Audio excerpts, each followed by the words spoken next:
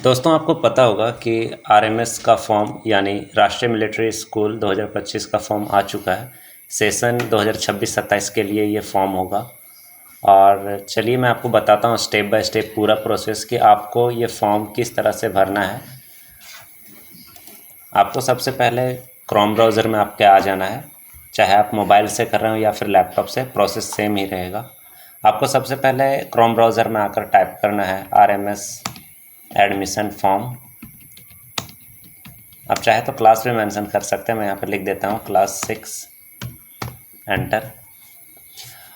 अब देखिए यहाँ पर आपको कुछ ऐसा इंटरफेस नज़र आएगा, लेकिन ये जो फर्स्ट वाला लिंक है इस पर क्लिक नहीं करना है आपको नीचे आ जाना है। और ये जो साइट दिख रहा होगा आपको, जहाँ पे ये मेरा माउस का कर्सर है, ये जो NIELIT का आपको जो साइट दिख रहा है, आपको इसी पर क्लिक करना है। क्लिक करने के बाद आपको कुछ ऐसा इंटरफेस ओपन होगा।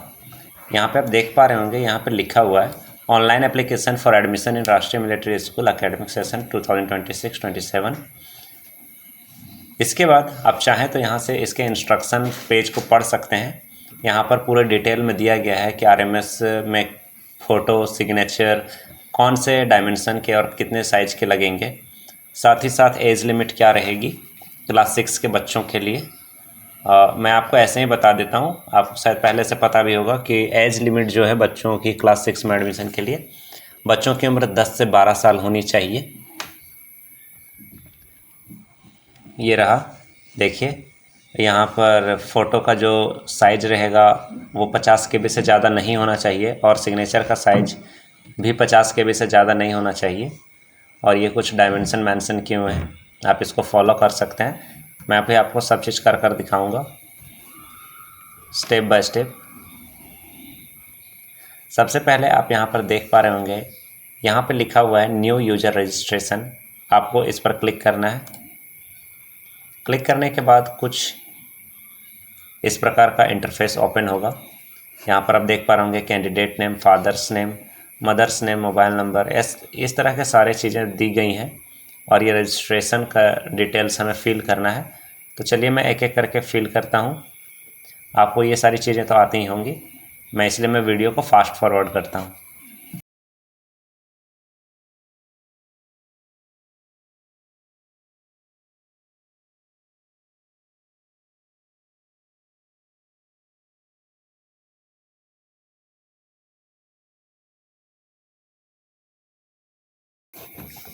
ठीक है दोस्तों, तो मैंने यहाँ तक सारी डिटेल्स को फिल कर लिया है।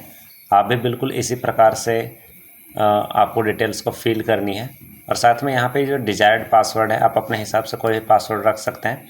मैं सजेशन करूँगा कि आप फर्स्ट लेटर को कैपिटल रखें और बाद के लेटर्स को स्मॉल रखें। साथ ही साथ उसमें कुछ नंबर्स का भी मेंशन करें और कुछ स्पेशल कैरेक्टर का। जैसे फॉर एग्जांपल मैं आपको बता देता हूँ, जैसे अगर आप लिखना चाहते हैं, जैसे मैं एक लड़के का फॉर्म भर रहा हूँ, उसका नाम प्रिंस है, तो आप इस प्रकार से लिख सकते हैं। जैसे मैं न्यू टैब में लिख कर दिखा देता हूँ। आप लिख सकते हैं कैपिटल P फिर स्मॉल RINC प्रिंस। उसके बाद कुछ भी अपना नंबर टाइप कर सकते हैं 652। उसके बाद एक स्पेशल कैरेक्टर @ या फिर डॉलर का साइन या फिर हैशटैग, कुछ भी लगा सकते हैं। ये काफ़ी सिक्योर्ड भी रहेगा आपके सिक्योरिटी की दृष्टि से। इतना फिल करने के बाद आपको यहाँ पर एक चेक बॉक्स दिखाई देगा आई अग्री का। अच्छा, मैंने यहाँ पर टिक कर दिया है। इसके बाद से आपको OTP एक मिलेगा मोबाइल पर घंटा। ओके, तो आपको OTP सबमिट करने के बाद आगे का कुछ पेज कुछ इस प्रकार से खुलेगा। यहाँ पर जो इमेज है, इस कैप्चा को आपको यहाँ पर फिल करना है। मैं जल्दी से फिल कर देता हूँ इसको।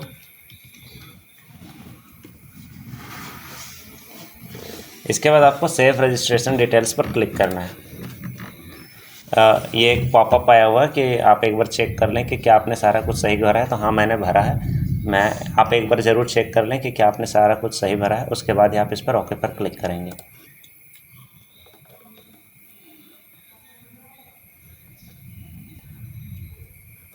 ठीक है, ऐसा करने के बाद आपको यहाँ पर एक दिख रहा होगा, you have successfully completed your registration.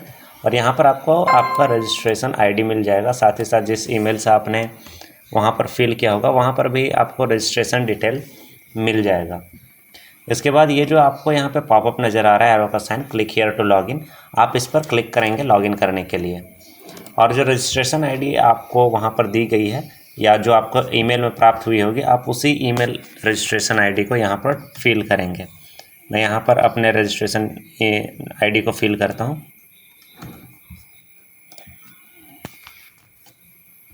और उसके बाद आपने जो भी वहाँ पर पासवर्ड बनाया होगा आप सेम पासवर्ड से यहाँ पर लॉगिन करेंगे। उसके बाद ये जो कैप्चा है इसको यहाँ पर फिल करेंगे और फिर लॉगिन। इतना हो जाने के बाद आपको कुछ इस प्रकार का इंटरफेस नज़र आएगा। ये लॉगिन हो चुका है और यहाँ से अब आप फिलअप एप्लीकेशन पर क्लिक करेंगे, जहाँ से आप एप्लीकेशन को भरना स्टार्ट करेंगे। यहाँ पर देखिए ये दिया हुआ भी है, स्टेप 1 में आपको फिल एप्लीकेशन करना है, जिसमें आपको स्टेप 2 में फ़ोटोग्राफ और सिग्नेचर और साथ ही साथ कास्ट सर्टिफिकेट अगर आपका एप्लीकेबल है तो आपको यहाँ पर अपलोड करना पड़ेगा एंड उसके बाद आपका पेमेंट लिया जाएगा। तो चलिए भरना स्टार्ट करते हैं। फिलअप एप्लीकेशन पे मैं क्लिक करता हूँ। अब हम भरना स्टार्ट करते हैं। जैसे यहाँ पर आ रहा है कौन से क्लास के लिए हम अप्लाई कर रहे हैं, तो मैं अप्लाई कर रहा हूँ क्लास 6 के स्टूडेंट के लिए। तो मैं क्लास 6 यहाँ पे फिल करूँगा और फिल जैसे ही मैं क्लास सेलेक्ट करता हूँ, देखिए ऑटोमेटिक जो भी मैंने रजिस्ट्रेशन डिटेल में डाला था वो सारा ऑटोमेटिक यहाँ पर आ चुका है। इसके बाद बाकी की चीज़ों को मैं भरता हूँ। जेंडर, आधार कार्ड नंबर आप वहाँ से फिल कर सकते हैं जो भी कैंडिडेट का होगा। मैं यहाँ पे इसका आधार नंबर फिल करता हूँ।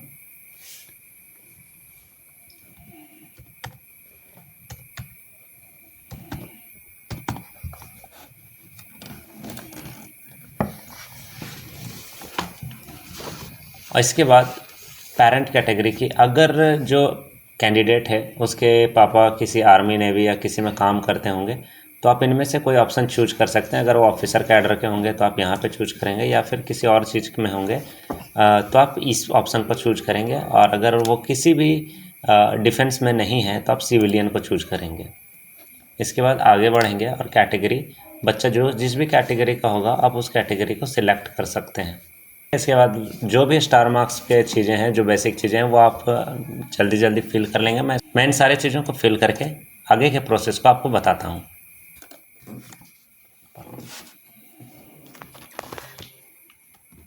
यहाँ पर अब आप देख सकते हैं जो एप्लीकेशन फ़ी लगने वाली है वो 680 रुपये की लगने वाली है। तो मैं आई अग्री करके प्रोसेस करता हूँ, आगे की तरफ मैं इसको बढ़ता हूँ। अब मैं चलूँगा स्टेप 2 की तरफ। स्टेप 2 में आपको फ़ोटोग्राफ को अपलोड करना होगा, सिग्नेचर को, और साथ ही साथ अगर आपने कोई कास्ट सर्टिफिकेट के बारे में जिक्र किया है तो यहाँ कास्ट सर्टिफिकेट भी आपको अपलोड करना होगा।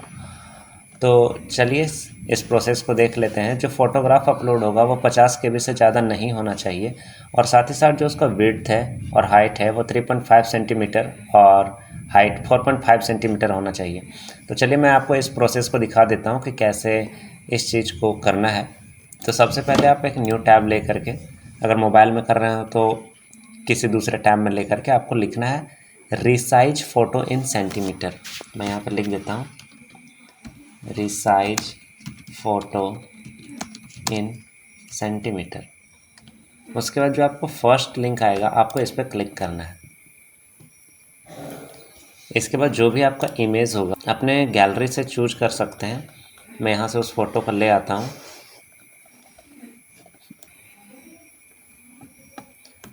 और जब आप चाहें तो यहाँ पर ये आप देख पा रहे होंगे ये विड्थ है और ये हाइट है। तो जितना भी हमें चाहिए होगा हम उसके हिसाब से वहाँ पे एडजस्ट करेंगे। विड्थ हमें चाहिए 3.5, तो मैं यहाँ पे लिख देता हूँ विड्थ को 3.5। हाइट हमें चाहिए 4.5, तो मैं यहाँ पे लिख देता हूँ 4.5। और अगर जब आप इस compress image to specific size इस बॉक्स को क्लिक करते हैं तो आप जितने भी KB का डॉक्यूमेंट अपना चाहे वो यहाँ पर डाल सकते हैं। जैसे हमें 50 KB से कम का चाहिए तो मैं यहाँ पे 40 KB डाल देता हूँ। उसके बाद रिसाइज पर क्लिक करता हूँ। जैसे ही आप रिसाइज पर क्लिक करेंगे उसके बाद से ये अपना प्रोसेस होने लगेगा और ये जो है देखिए 39 KB में हमारा बनकर आ चुका है। और अब आप इसको डाउनलोड कर सकते हैं और इसी फ़ोटो को हम वहाँ पर यूज करेंगे। और इसी तरह से आप सिग्नेचर कर सकते हैं। मैं उस चीज़ को फास्ट फॉरवर्ड करके यहाँ पे अपलोड कर देता हूँ।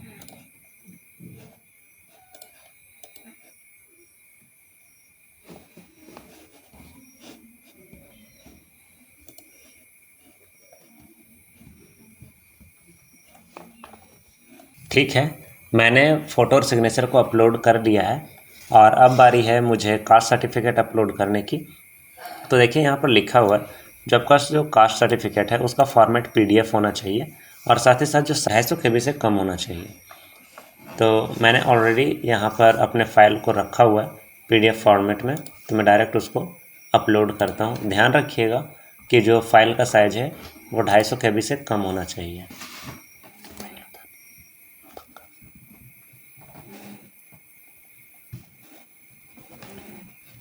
साथ ही साथ जब आप चूज फाइल आप कर लेंगे, आप साथ साथ में फ़ोटो अपलोड और सिग्नेचर अपलोड जो यहाँ पर बना हुआ है इस पर आप क्लिक करते चलेंगे, जिससे आपका फ़ोटो सिग्नेचर सब अपलोड होता हुआ चला जाएगा। देखिए मेरा फ़ोटो आ चुका है। अब मैं अपलोड सिग्नेचर पे करूँगा। जैसे आप कास्ट सर्टिफिकेट को अपलोड कर लेंगे, यहाँ पर अपलोड का बटन है, आप इस बटन पर क्लिक कर देंगे। क्लिक करने के बाद ही ये थोड़ा टाइम लेगा और इसके बाद वो फाइल जो है अपलोड हो जाएगा। तो देखिए यहाँ पर ये जो डॉक्यूमेंट है वो अपलोड हो चुका है। आप यहाँ से चाहें तो इसको व्यू भी कर सकते हैं कि आपने सही डॉक्यूमेंट भरा है या नहीं। तो मैं एक बार व्यू कर लेता हूँ। तो हाँ, मैंने सही डॉक्यूमेंट भरा है। आप वहाँ से जाकर चेक भी कर सकते हैं। अब बारी आती है preferred choice of school for admission के लिए। आपको पता होगा कि RMS के लिए टोटल 5 स्कूल हैं, तो उन्हीं स्कूलों का आपको अपने प्रेफरेंस के हिसाब से चूज करना है। तो मैं चूज कर लेता हूँ। आप अपने हिसाब से इसको चूज कीजिएगा। इसके बाद से आपको ऑप्शन आएगा प्रीफर्ड चॉइस फॉर हॉस्पिटल। आपको पता होगा कि जब RMS में सिलेक्शन हो जाता है उसके बाद मेडिकल चेकअप के लिए बुलाया जाता है। तो मेडिकल चेकअप के लिए आपको कौन सा नज़दीकी हॉस्पिटल होगा, आप उस चीज़ों को यहाँ पर हॉस्पिटल के नाम दिए गए हैं, आप यहाँ से चूज कर सकते हैं। जो भी आपके शहर के नज़दीक होगा आप वहाँ से इसको चूज कर पाएंगे।